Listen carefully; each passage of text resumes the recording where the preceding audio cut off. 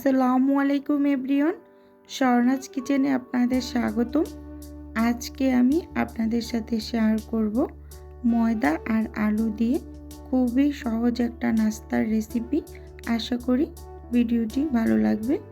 চলুন তাহলে দেখে নেওয়া যাক মূল রেসিপি। এখানে আমি একটা বাটি নিয়ে নিয়েছি।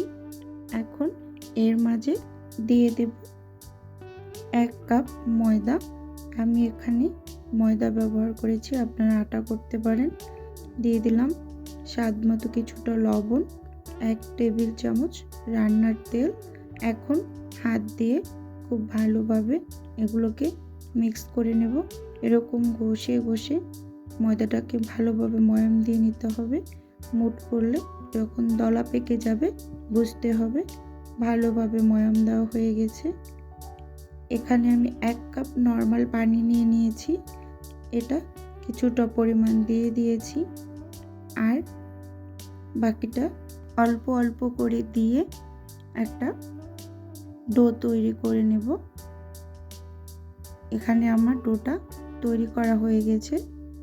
আমার অনেকটা পরিমাণ পানি বেঁচে গেছে, দেখিয়ে দিলাম একটু। এখন হাতে একটু তেল নিয়ে ওপরটা একটু মেখে দিয়েছি যাতে ড্রাই না হয়ে যায়।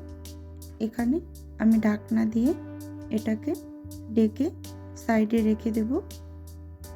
এই পর্যায়ে আমি আলুর পুরটা তৈরি করে নেব।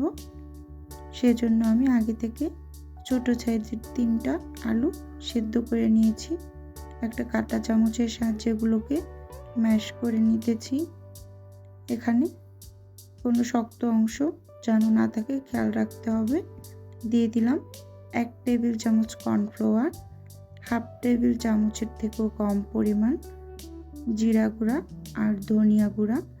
দিয়ে দিলাম 1/2 টেবিল চামচের থেকেও কম লাল মরিচের গুঁড়ো, হলুদ গুঁড়ো, 1 টেবিল চামচ চিলি ফ্লেক্স, একটা স্বাদে ম্যাজিক মশলা দিয়ে দেব।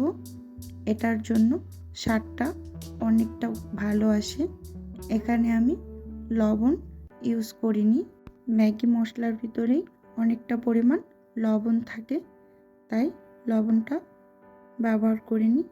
আমি গোলমরিচের গুঁড়োটা দিতে ভুলে গিয়েছিলাম, তাই এই পর্যায়ে দিয়ে আবার একটু হাত দিয়ে মেখে নিতেছি। এখানে আমি একটা বোর্ড নিয়ে নিলাম। বোর্ডের উপর 10 মিনিট পর ডোটা নিয়ে নেব। দেখেই বুঝতে পাচ্ছেন যে ডোটা অনেকটা আগের থেকে সফট হয়ে গিয়েছে। হাত দিয়ে একটু মথে নিয়েছি। মথে আমি বোর্ডের উপরও বেশ কিছুক্ষণ মথে নেব। মথে নেওয়া হয়ে গেলে এটাকে আমি 2টা ভাগ করে নেব। 2টা ভাগ করে নিয়েছি।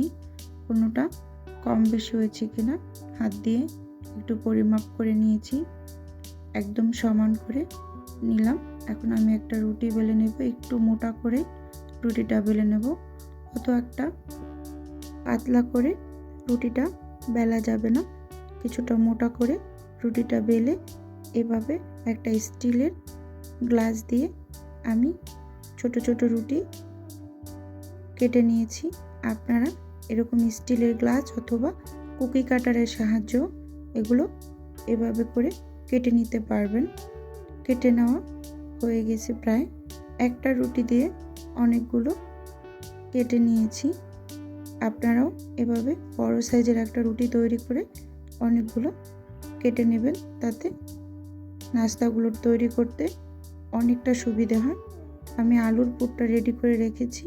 এখন একটা চামচের সাহায্যে কিছুটা পরিমাণ পুর নিয়ে একটা রুটির উপর দিয়ে দিয়েছি। দিয়ে এটাকে টেনে মুখটা বন্ধ করে দিয়েছি। এভাবে করে হাত দিয়ে চেপে চেপে বন্ধ করে দেবেন, বা ডিজাইন করেও নিতে পারেন। আমি কয়েকটা আগে তৈরি করব, পরে এগুলোর মুখগুলোকে আমি একটু ডিজাইন করে লাগিয়ে দেব যাতে দেখতে ভালো লাগে। দেখেই বুঝতে পারছেন কিভাবে এগুলোকে আমি আটকে দিচ্ছি। এভাবে করে সবগুলোকে আমি তৈরি করে নেব। এই যে এভাবে করে আমি মুখটা একটু ডিজাইন করে দিচ্ছি যাতে পুরগুলো না বের হয়ে যায়। আমি আগে কয়েকটা তৈরি করে নিয়েছি, পরে এভাবে ডিজাইনটা করে দিচ্ছি, তাতে তাড়াতাড়ি হবে এবং একটু সুবিধেও হয়। এভাবে করে প্রত্যেকটা নাস্তারই আমি ডিজাইন করে নেব। এরকম করে আমি সবগুলো নাস্তাই রেডি করে নিয়েছি। একটু দেখিয়ে দিচ্ছি, দেখেই বুঝতে পারছেন কিভাবে এগুলো লাগিয়ে দিয়েছি। চুলোতে আগে থেকেই প্যানে তেল গরম বসিয়ে রেখেছিলাম। এখন একটা একটা করে নাস্তাগুলোকে ছেড়ে দিতেছি। এটা একটু প্রথম অবস্থায় তেলটাকে একটু ভালোভাবে গরম করে তারপর চুলার জালটাকে মিডিয়াম টু লো হিটে রেখে নাস্তাগুলোকে ভেজে নিতে হবে। একটা চামচের সাহায্যে আমি এগুলোকে উল্টে পাল্টে খুব ভালোভাবে কালার করে ভেজে নিয়েছি, আমার পছন্দ মতো কালার করে। নাস্তাগুলো ভেজে নেওয়ার মাঝে ভিউয়ার্স আপু এবং ভাইয়াদের উদ্দেশ্যে একটাই অনুরোধ, প্লিজ ভিডিওটা না টেনে সম্পূর্ণটা দেখার অনুরোধ রইল। আর ভিডিওর কোনো অংশ যদি ভালো লেগে যায় তাহলে একটা লাইক এবং চ্যানেলটি সাবস্ক্রাইব করে পাশে থাকবেন। আপনার একটা লাইকই পারে আমার এই ভিডিওটা আরও 5-7 জনের কাছে পৌঁছে দিতে, তাই ভিডিও শুরুতেই একটা লাইক দিয়ে দেখে নেবেন। আমি সবগুলো নাস্তা ভেজে নিয়েছি, দেখতেই পাচ্ছেন এগুলো কতটা ফুলকো হয়েছে এবং খেতে অসম্ভব মজা হয়। আজকের ভিডিও এ পর্যন্তই। আল্লাহ হাফেজ, আসসালামু আলাইকুম।